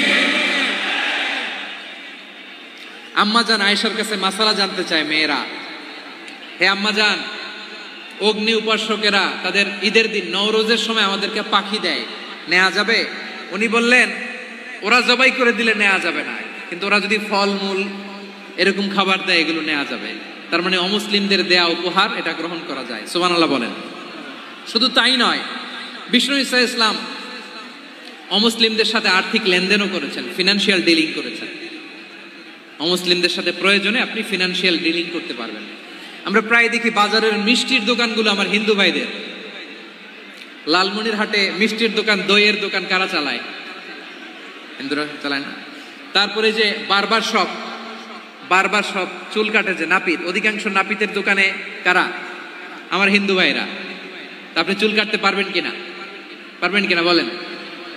পারবেন। তার দোকান থেকে দই মিষ্টি কিনতে পারবেন কিনা? হ্যাঁ, আমার মুসলিম ভাইয়ের দোকান থাকলে ওইটারে আমি বেশি প্রায়োরিটি দিব, ঠিক কিনা? কিন্তু যদি তাদের সার্ভিস নিতে চান, প্রোডাক্ট নিতে চান, পারবেন। তার দলিল সহিহ বুখারী, আম্মা জান আয়েশা রাদিয়াল্লাহু তাআলা আনহা বলেন, ইশতারা রাসূলুল্লাহ সাল্লাল্লাহু আলাইহি ওয়াসাল্লাম মিন ইয়াহুদিয়িন তুআমান ওয়া রাহানাহু দিরআহু মিন হাদিদ। রাসূল সাল্লাল্লাহু আলাইহি ওয়াসাল্লাম এক ইহুদির কাছ থেকে, কার কাছ থেকে? সবাই বলে নাই কার কাছ থেকে? আমার নবী, পেয়ারা নবী এক ইহুদির কাছ থেকে জব কিনেছিল। জব, বার্লি, যেটা দিয়ে রুটি বানায়। ওই জবের দাম দেওয়ার টাকা পয়সা নবীর কাছে ছিল না। ফলে নবী ওনার একটা পোশাককে মর্গেজ রেখেছিলেন, মর্গেজ, বন্ধক, যে এখন এটার দাম দিতে পারবো না, কয়েক কেজি বার্লি নিয়ে যাই আর বন্ধক হিসেবে আমার জামাটা রেখে গেলাম, যেদিন দাম দিব ওই দিন জামাটা ছুটাই নিয়ে যাব। সুবহানাল্লাহ পড়বেন না? বাকিতে নিছিলেন, বাকিতে। দিরআহু মিন হাদিদ, লোহার তৈরি বর্ম, মানে যুদ্ধের পোশাক, লোহা দিয়ে বানানো। বিশ্বনবী বললেন, কয়েক কেজি জব দাও, টাকাটা পরে দিব, এখন টাকা নাই, বন্ধক হিসেবে, মর্গেজ হিসেবে আমার জামা রেখে গেলাম, যখন টাকা দিব জামা ছুটায় নিব। আওয়াজ করে বলতে হবে সুবহানাল্লাহ। এ থেকে বোঝা গেল অমুসলিমদের সাথে ফিনান্সিয়াল ডিলিং করা যায়, অর্থনৈতিক লেনদেন করা যায়, কেনাবেচা করা যায়, প্রোডাক্ট কেনা যায়। এমনকি আমাদের মসজিদে নববীতে বারান্দায় আপনারা একটা অটোমেটিক ফ্লাইং আমব্রেলা দেখছেন? সূর্য যখন বাড়ে মসজিদে নববীর বারান্দায় ইয়ার্ডের মধ্যে অটোমেটিক্যালি কিছু আমব্রেলা আছে, শাঁ করে খুলে যায়, আর সূর্যের তাপ লাগে না। আবার সন্ধ্যাবেলায় এই আমব্রেলাগুলো ওরা ক্লোজ করে ফেলে, দেখেন নাই না? দেখছেন? এই মসজিদে নববীকে সর্বোচ্চ উন্নত মানের কনস্ট্রাকশন ইনফ্রাস্ট্রাকচার ডেভেলপ করার জন্য কর্তৃপক্ষ কিছু অমুসলিম ইঞ্জিনিয়ারের, ডিজাইনারের সহায়তা নিয়েছিল। সুবহানাল্লাহ বলেন। কোন দলিলের ভিত্তিতে? এই দলিলের ভিত্তিতে যে বিষ্ণু ঈসা ইসলাম অমুসলিমদের সাথেও লেনদেন করেছেন। আওয়াজ করে বলতে হবে আল্লাহু আকবার। শুধু তাই নয়, ইন কেস অফ ইমার্জেন্সি, প্রয়োজনে ইসলামের খাতিরে ইসলামকে সামনের দিকে এগিয়ে নিয়ে যাওয়ার জন্য অমুসলিমদের সাপোর্ট নেওয়া জায়েজ আছে। সুবহানাল্লাহ বলেন। অমুসলিমদের সাপোর্ট নেয়া, তাদের থেকে অর্থ নেয়া, পলিটিক্যাল সাপোর্ট, পলিটিক্যাল অ্যাসাইলাম নেওয়া জায়েজ আছে। আমাদের অনেক বিশ্ববরেণ্য দায়ীরা আমেরিকায় অস্থায়ীভাবে অ্যাসাইলাম নিয়ে থাকে, নিজের দেশে গেলে ফাঁসিতে ঝুলাই দিবে। যুগ যুগ ধরে দায়ীদের উপর এরকম অত্যাচার আর নির্যাতন আছে না নাই? মিশরের অনেক দায়ীরা পাশ্চাত্যে যেয়ে থাকে। এই যে তারা পলিটিক্যাল অ্যাসাইলাম নিয়ে থাকে, রাজনৈতিক আশ্রয়, এটা জায়েজ আছে না? এটা যে জায়েজ আছে তার প্রমাণ স্বয়ং বিশ্বনবী সাল্লাল্লাহু আলাইহি ওয়াসাল্লাম পলিটিক্যাল সাপোর্ট নিয়েছিলেন অমুসলিমদের কাছ থেকে। সুবহানাল্লাহ বলেন। খুব মজাদার একটা ঘটনা, শুনবেন? আপনাদের আগ্রহ দেখে তো মনে হয় না শোনার ইচ্ছা আছে। আছে আছে, গলায় জোর আছে। লিল্লাহে তাকবীর, লিল্লাহে তাকবীর, নারায়ে তাকবীর। মাশাআল্লাহ।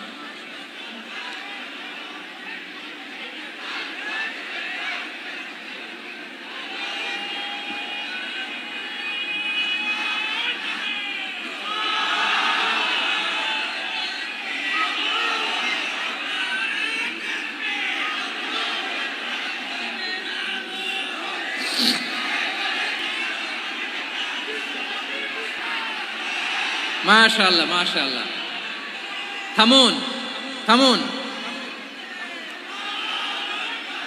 আমার ভাইরা। বিশ্বনবীর বয়স তখন প্রায় 51 বছর। কত বছর? বিশ্বনবীর সবচেয়ে কাছের মানুষ খাদিজা রাদিয়াল্লাহু তাআলা আনহা ইন্তেকাল করেছেন। বিশ্বনবী বড্ড কষ্ট পেলেন, হৃদয়টা ভেঙে খান খান। যিনি ঘরের ভেতরে বিশ্বনবীকে সান্ত্বনা দিতেন, ভালোবাসা দিতেন, বাইরে গেলে কুরাইশরা বকাঝকা করে, অত্যাচার করে, কিন্তু আম্মাজান খাদিজা রাদিয়াল্লাহু তাআলা আনহা ঘরটারে এমন শান্তির নীড় বানায় রেখেছেন, এই ঘরের ভিতরে ঢুকলে বিশ্বনবীর কলিজাটা ঠান্ডা হয়ে যেত। এজন্য রব্বুল আলামিন বলেন, খাদিজা, ও আমার বান্দি খাদিজা, জান্নাতে এমন স্পেশাল একটা ঘর আমি তোমার জন্য রেডি করে রেখেছি। ওই ঘরের মধ্যে কোনো আওয়াজ নাই, ওই ঘরের মধ্যে কোনো নয়েজ নাই, ওই ঘরে কোনো বিশৃঙ্খলা নাই। কারণ মক্কার জমিনে আমার নবী কুরাইশদের বিশৃঙ্খলা, নয়েজ আর ঝামেলাগুলোকে উপেক্ষা করে যখন তোমার ঘরের ভিতরে ঢুকতো, ঘরটারে তুমি শান্তির নীড়, ঠান্ডা, নীরব, নিস্তব্ধ, নিঝুম আর শান্তির নীড় বানিয়ে রেখেছো। এজন্য জান্নাতে স্পেশাল একটা শান্তির নীড় আমি তোমারে উপহার দেব। ওই প্রিয়তমা স্ত্রী খাদিজা ইন্তেকাল করলেন, বিশ্বনবীর হৃদয় ভেঙে খান খান। আবার ওনার চাচা আবু তালেব ইন্তেকাল করলেন, যিনি পলিটিক্যাল শেল্টার দিতেন নবীকে। কে দিতেন? আবু তালেবের ভয়ে, বিশ্বনবীর এই চাচার ভয়ে কোনো মুশরিক নবীর গায়ে হাত দেওয়ার সাহস পায় নাই। এখন স্ত্রীও নাই, চাচাও নাই, নবীকে আশ্রয় দেওয়ার কেউ নাই। নবীর চারদিকে অন্ধকার। নবী এখন কই যাবেন? আমার পেয়ারা নবী নতুন স্টেশন খুঁজতেছেন, নতুন দাওয়াতি প্ল্যাটফর্ম খুঁজতেছেন। তিনি যায়েদ বিন হারেসা রাদিয়াল্লাহু তাআলা আনহুকে নিয়ে মক্কার পাশের একটা নেইবরিং সিটি তায়েফে চলে গেলেন। কোথায় চলে গেলেন? লালমনিরহাটের ভাইয়ের আওয়াজ করে বলেন, কোথায় গেলেন? তায়েফে চলে গেলেন দিনের দাওয়াত দেওয়ার জন্য। কি দেওয়ার জন্য? নাকি জমি কিনতে গেছিলেন? জমি কিনতে, দুনিয়ার যশ খ্যাতির জন্য, নিজের কোনো লাভের জন্য? তায়েফবাসীদেরকে জাহান্নামের আগুন থেকে বাঁচানোর জন্য। আওয়াজ করে বলতে হবে ঠিক কিনা?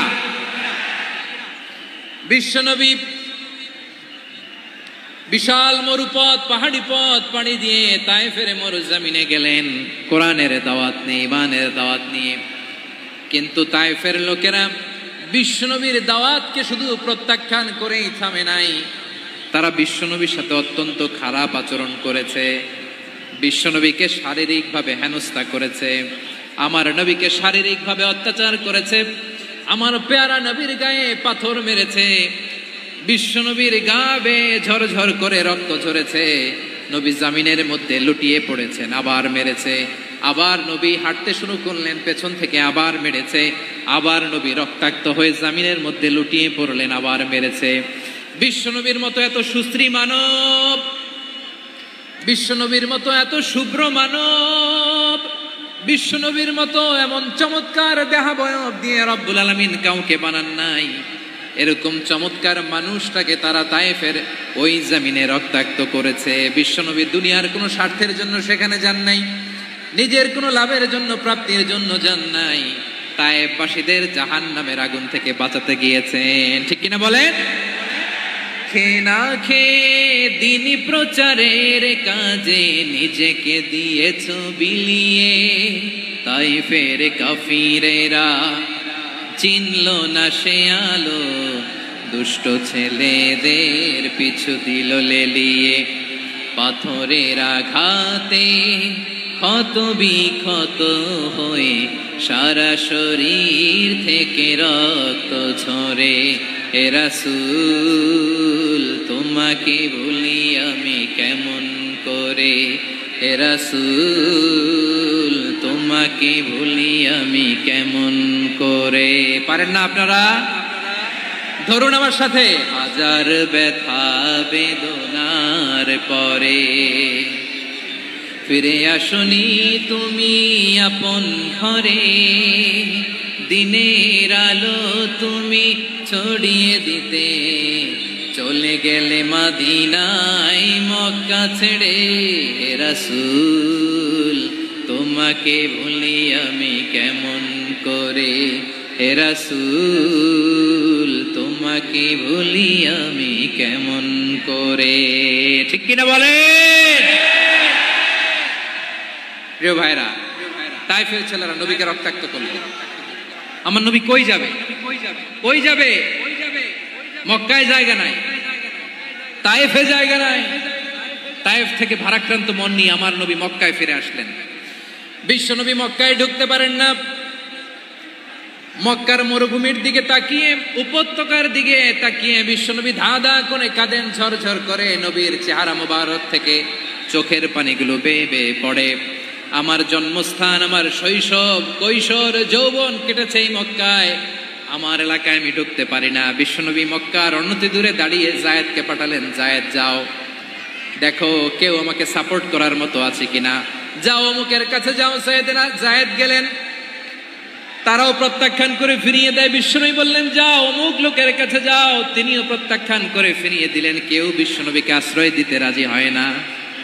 নিজ জন্মভূমিতে বিতাড়িত বিশ্বনবী, সর্বশেষ বিশ্বনবী বললেন যাও মুতঈম ইবনে আদির ঘরে যাও। মুতঈম ইবনে আদি মুশরিক, তার কাছে যাও। গেলেন, মুতঈম ইবনে আদি রাজি হয়ে গেল। সুবহানাল্লাহ বলেন। দেখেন অনেক বিপদের সময়ও আমি নিজে সাক্ষী, সামাজিকভাবে রাজনৈতিকভাবে কত ঝঞ্ঝা, কত ষড়যন্ত্র, কত কনস্পাইরেসি পাড়ি দিয়ে আমাদেরকে সামনে এগিয়ে যেতে হয়। এই শত্রুদের ভেতরেও একজনকে দাঁড় করিয়ে দেয় যে আল্লাহর কোরআনের জন্য রেডি হয়ে যায়। পড়েন সুবহানাল্লাহ। মুতঈম ইবনে আদি, আল্লাহ তার মনকে নরম করে দিলেন। মুতঈম বলে মুহাম্মদ আমি তোমাকে আশ্রয় দিব। তার দুই ছেলেকে পাঠালেন, যাও খোলা তলোয়ার নিয়ে, স্কট দিয়ে, গার্ড অফ অনার দিয়ে মুহাম্মদকে মক্কায় ঢুকাও, আর বলো আমি আমান দেব। আমান কি দিব? আমান মানে সিকিউরিটি, নিরাপত্তা। সিকিউরিটি ছাড়া, আমান দেওয়া ছাড়া কেউ থাকতে পারতো না মক্কায়। দুই ছেলে বিষ্ণু ইসা ইসলামকে নিয়ে আসলো। নবী কাবার চারদিকে তাওয়াফ করলেন, নামাজ পড়লেন। আবু জাহেল, উতবা, সাইবা, ওয়ালিদ ইবনে মুগীরা সবাই দেখে, কেউ কিছু করতে পারে না।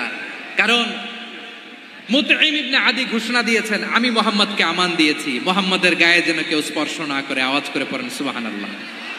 নবীর এই বিপদকালে মুহূর্তে মুতঈমের হৃদয়টারে নরম করে দিল কে? আচ্ছা লালমনির হাটের ভাইয়েরা বলেন, এই মুতঈম কি মুসলিম ছিল না মুশরিক? সবাই বলতে হবে মুসলিম না মুশরিক।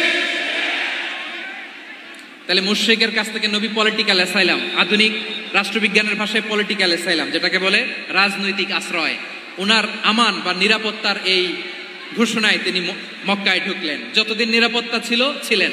মুতিম যখন মারা গেল, বিষ্ণু ইসলাম হিজরত করে মদিনায় চলে গেলেন, সুবহানাল্লাহ। কিন্তু মুতিম যে বিশ্বনবীর উপকার করছে এটা বিশ্বনবী ভুলে নাই। আমাদের অনেকে আছে উপকার করার পরে আর খেয়াল থাকে না, খাওয়ার পরে গলা দিয়ে নামলে আর খেয়াল থাকে না, এরকম আছে না নাই? আমার নবী ভুলে নাই। বদরের প্রান্তরে 70 জন কাফেরকে যখন বন্দী করে বিশ্বনবীর সামনে হাঁটু গেড়ে দাঁড় করানো হলো, বসানো হলো, 70 জন কাফের। কয়জন? বিশ্বনবী তাদের দিকে তাকিয়ে বললেন, সহিহ বুখারীর বর্ণনা, লাউ কানাল মুতঈম ইবনে আদি হাইয়ান সুম্মা কাল্লামানি হাউলা ইন্নাতনা লা তারাকতুহুম লাহু। বদরের প্রান্তরে 70 জন বন্দী কাফিরের দিকে তাকিয়ে আমার নবী বললেন, আজকে মুতঈম ইবনে আদি যদি বেঁচে থাকতো আর তোমাদের 70 জনের ব্যাপারে যদি মুতঈম এক বাক্যে একটা সুপারিশ করত, তার সম্মানে আজকে তোদের সবাইকে আমি মাফ করে দিতাম। সুবহানাল্লাহ নাই? ওই যে চিল্লাচিল্লি যে কথা বোঝে নাই, কোন জিনিস মিস করছে ওরা নিজেরাও বোঝে নাই। বিশ্বনবী মুতঈমের এই সাহায্যের কথা বলে নাই। 70 জন মুশরিক হাঁটু গেড়ে বসা, নবী চাইলে এখনই এক্সিকিউশন অর্ডার দিতে পারে। তিনি বললেন, আজকে যদি মুতঈম বেঁচে থাকতো আর মুতঈম যদি তোদের জন্য সুপারিশ করতে, এই আবর্জনাগুলোর ব্যাপারে সুপারিশ করতে, আমি মুহূর্তেই তোদেরকে এমনি মাফ করে দিতাম।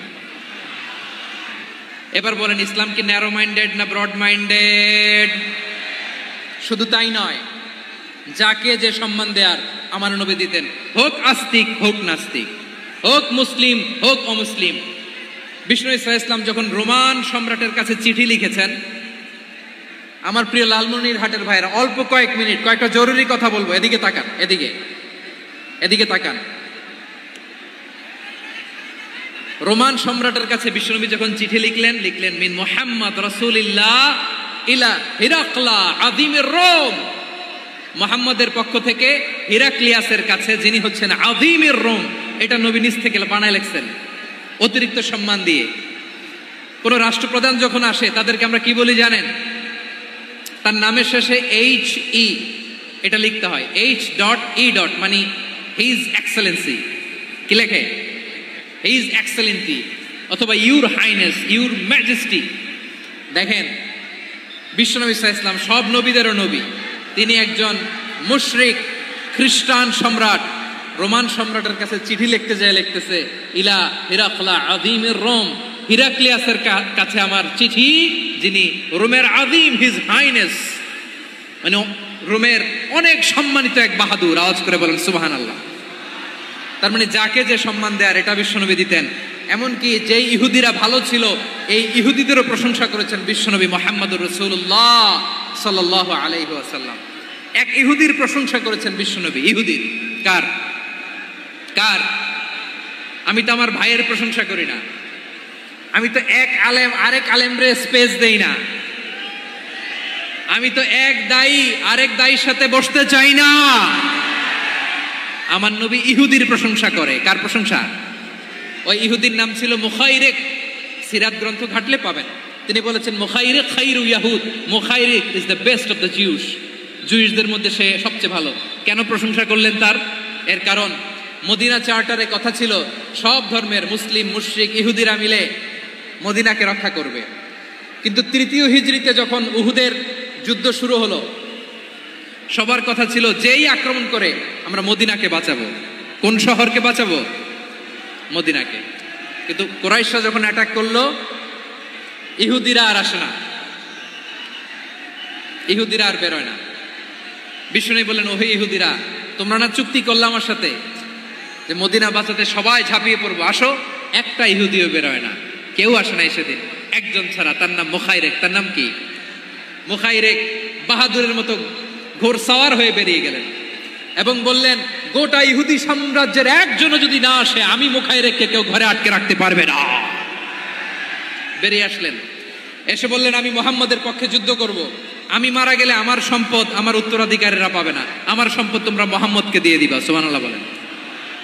উহুদের ময়দানে 70 জন মুসলমান শহীদ হলো, এই ইহুদি সেও মুসলমানের পক্ষে যুদ্ধ করে নিহত হলো। সুবহানাল্লাহ বলেন। মুসলিমদের লাশ যখন নিয়ে আসা হলো, এই মুখাইরিকের লাশও নিয়ে আসা হলো। মুসলিমদের লাশের পাশে মুখাইরিকের লাশ দেখে বিশ্বনবী মুখাইরিকের প্রতি অনেক খুশি হলেন। আর বিশ্বনবী খুশি হয়ে বললেন, মুখাইরিক খায়রু ইয়াহুদ, মুখাইরিক যদিও তুমি ইহুদি, তারপরে তুমি সব ইহুদিদের মধ্যে সেরা ইহুদি। পড়েন সুবহানাল্লাহ। আমার নবী ইহুদিকেও সম্মান দিতে কার্পণ্য করে নাই। আওয়াজ করে বলেন আল্লাহু আকবার। প্রিয় ভাইরা, এবার সর্বশেষ আওয়াজ করে বলেন, ইসলাম কি ন্যারো মাইন্ডেড নাকি ব্রড মাইন্ডেড? সবাই বলেন ন্যারো মাইন্ডেড না ব্রড মাইন্ডেড? এজন্য অমুসলিম হইলেই তারা আমাদের শত্রু নয়। শত্রু কারা? এই লালমনিরহাটের ভাইয়েরা শোনেন, শত্রু কারা? যে সমস্ত অমুসলিম আমাদেরকে নিশ্চিহ্ন করে দিতে চায়, যে সমস্ত অমুসলিম আমাদের ভূখণ্ড থেকে আমাদেরকে তাড়িয়ে দিতে চায়, যে সমস্ত অমুসলিম আমার ধর্ম নিয়ে তুচ্ছতাচ্ছিল্য করে চিল্লায় বলেন ঠিক কিনা, তারা আমাদের শত্রু। সাধারণ অমুসলিমরা আমার শত্রু নয়। এই যে হিন্দুরা থাকে এরা আমার ভাই, বৌদ্ধরা আমার ভাই, খ্রিস্টানরা আমার ভাই, ইহুদিরা আমার ভাই।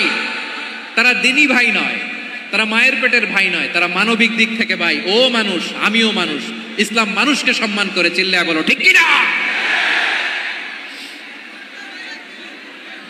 যারা আমাদের অস্তিত্বকে নিশ্চিহ্ন করতে চায়, যারা আমাদের ভূখণ্ডকে দখল করতে চায়, যারা আমাদেরকে নিয়ে মকারি করে, ফান করে, টিটকারি করে, আমার ধর্ম নিয়ে খেলা করে, তাচ্ছিল্য করে, ওদের বিরুদ্ধে আমাদের জিহাদ। সাধারণ মুসলিম আমাদের শত্রু নয়। আপনি জানেন নিউ ইয়র্কে, আমি তো নিউ ইয়র্কে ছিলাম অনেকদিন, ওখানে ফিলিস্তিনিদের পক্ষে যখন আমরা মিছিল করেছি, অনেক ইহুদি আমাদের সাথে মিছিলে দাঁড়িয়েছে। কারণ ওরাও জানে এই ভূখণ্ড ফিলিস্তিনিদের ভূখণ্ড। আওয়াজ করে বলো লালমনিরহাট ঠিক কিনা। ইসরায়েলের রাজধানী খোদ তেল আবিবে অনেক ইহুদিরা বেঞ্জামিন নেতানিয়াহু তার বিরুদ্ধে মিছিল করেছে। তো তারা কি আমাদের শত্রু? না। অনেক খ্রিস্টান আমাদের সাথে আমাদের স্বার্থ রক্ষায় আমাদের পাশে দাঁড়িয়েছে। খেয়াল রাখবেন, হিন্দু আর হিন্দুত্ববাদ এক নয়, ইহুদি ধর্ম আর জায়নিজম এক নয়। জায়নিজমের বিরুদ্ধে আমাদের সংগ্রাম, আমাদের জিহাদ, চিল্লায় বলেন ঠিক কিনা। এই যে ফিলিস্তিনের ভাইয়েরা, তারা তাদের স্বাধীনতা সংগ্রামের জন্য লড়াই করছে, করে যাচ্ছে, আমরা এটাকে সমর্থন জানাই, চিল্লায় বলো ঠিক কিনা। কাশ্মীরের ভাইয়েরা স্বাধীনতার জন্য সংগ্রাম করছে, আমরা সেই সংগ্রামকে সমর্থন জানাই, আওয়াজ করে বলো ঠিক কিনা। যারাই আমাদের ইসলামকে নিশ্চিহ্ন করতে চায় তাদের বিরুদ্ধে আমাদের সংগ্রাম, আওয়াজ করে বলতে হবে ঠিক কিনা। ওই সমস্ত দুর্বৃত্তদের সাথে আমাদের কোনো সম্পর্ক নাই। আমরা যদি ঐক্যবদ্ধ থাকতে পারি, ওই দুর্বৃত্তরা চান্স পাবে না। আমরা ঐক্যবদ্ধ থাকতে রাজি আছি। লালমনিরহাটের ভাইয়েরা, আমরা ঐক্যবদ্ধ থাকলে ওই দুর্বৃত্তদের কালো হাত ভেঙে দিতে আমাদের সময় লাগবে না। তাদের কালো হাত ভেঙে দিতে রাজি আছে মুসলমান? কারা কারা রাজি? দু হাত তুলে দেখাও।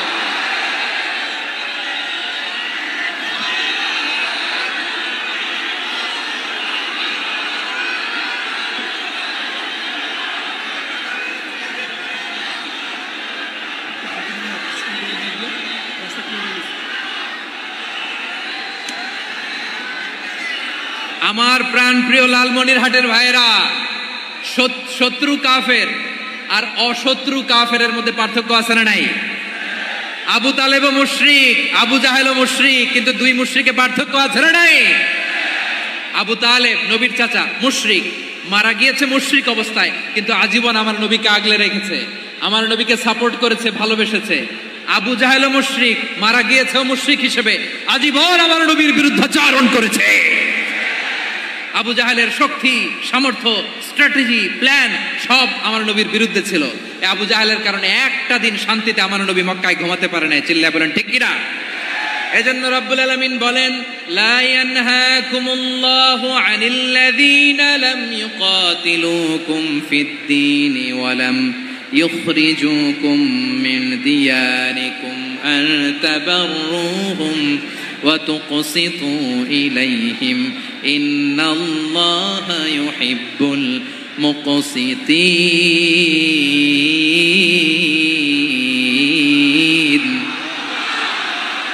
আল্লাহ বলে, গোলামেরা শোনো শোনো, যে সমস্ত অমুসলিম তোমাদের সাথে ধর্মযুদ্ধে লিপ্ত হয় না, তোমাদের বিরুদ্ধে যে সমস্ত অমুসলিম অস্ত্র ধরে না, যে সমস্ত অমুসলিম তোমাদেরকে তোমাদের জন্মস্থান থেকে, ভূখণ্ড থেকে তাড়িয়ে দেয় না, তাদের সাথে ভালো আচরণ করতে আমি আল্লাহ নিষেধ করি নাই।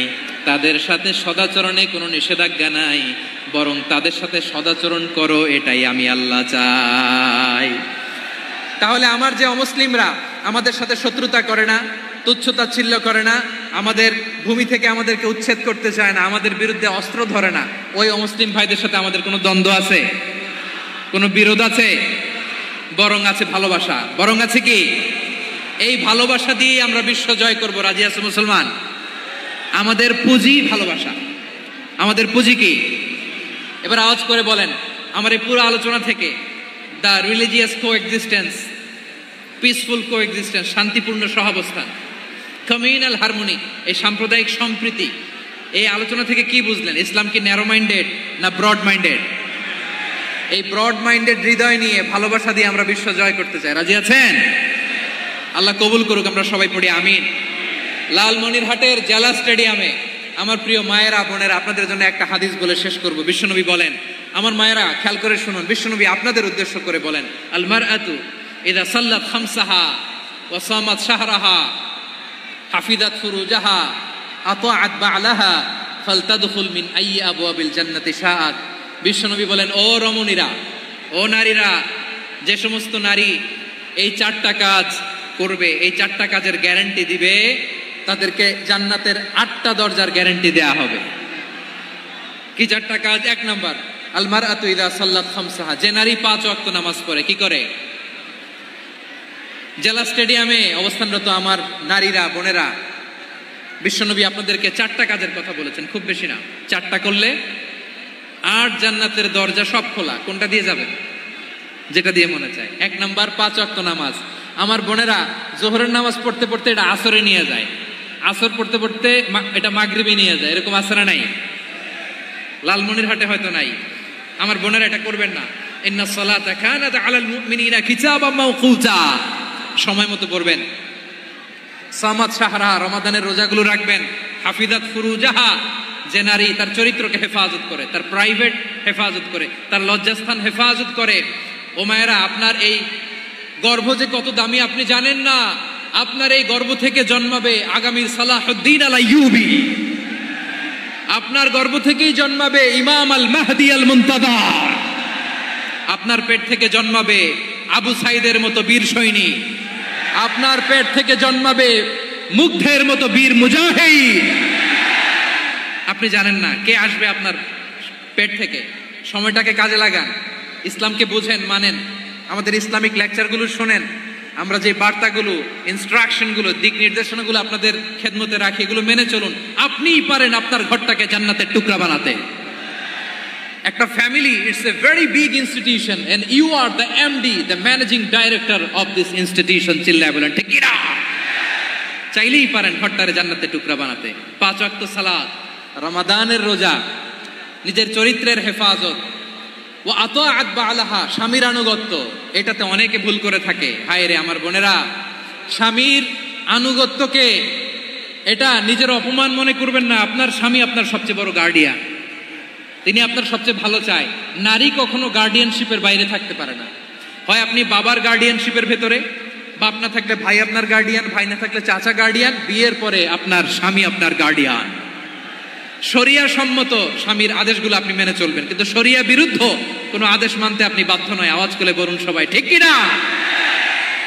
এই 4টা কাজ যদি কোনো নারী করে, বিশ্বনবী বলেন জান্নাতের 8টা দরজা খোলা। তোমার যেটা দিয়ে মনে চায় সেটা দিয়ে জান্নাতে তুমি এন্ট্রি নিতে পারবা। আমরা এখানে লালমনিরহাটের সোহরাওয়ার্দী ময়দানে আজকে যেমন একত্রিত হতে পারলাম, আল্লাহর জান্নাতেও যেন একত্রিত হতে পারে। আল্লাহ তুমি তৌফিক দান করো।